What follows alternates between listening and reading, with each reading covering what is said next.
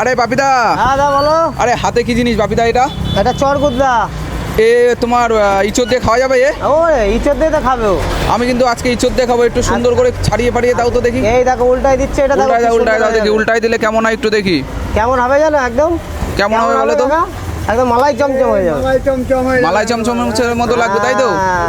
দাও দাও দাও, রসগোল্লা মতো ফুলে থাকবে। দেখো দেখো দেখাও সিস্টেমটা দেখাও দেখে দেখাও নাও। দেখাও দেখাও দেখাও দেখাও। দেখুন, এই যে এ কিন্তু আজকে সকালবেলা চলে এসেছে বাপিদার দোকানে। বাপিদা দেখুন কি এটা করছে নতুনত্ব দেখুন। দেখাচ্ছি, দেখো এই যে বেরিয়ে গেছে। তো বেরিয়েছে। এই যে ও আরে এ তো দারুণ লাগছে দেখতে। একদম দেখো মালাই একদম তো চমচম মালাই কাটিং। চমচম মতো লাগছে। দেখুন এ কি কাটিং এ? একদম ফুলে একদম রসগোল্লার মতন হয়ে যাবে। তাই না? রসগোল্লা এই একটা পিস রসগোল্লা ভিতরে দেখো। তো মাখনের মতো লাগছে হ্যাঁ, পুরো। এটা মাখন উল্টাই দিলাম মাখন তো, এটা মাখন। দারুণ লাগে। দারুণ লাগছে মানে হ্যাঁ। অসাধারণ অসাধারণ, এটা কোনো কথা হবে না। দেখলে সুন্দর লাগবে। ইঁচড় দেখলে সুন্দর লাগবে না? হ্যাঁ। আর এই মালটা মানে ইঁচড়ের দিয়ে রান্না করলে ফুলে একদম বল হয়ে যাবে, একদম ফুটবলের মতন হয়ে যাবে। ফুটবলের মতো হয়ে যাবে। দেখুন দারুণ জিনিস কিন্তু।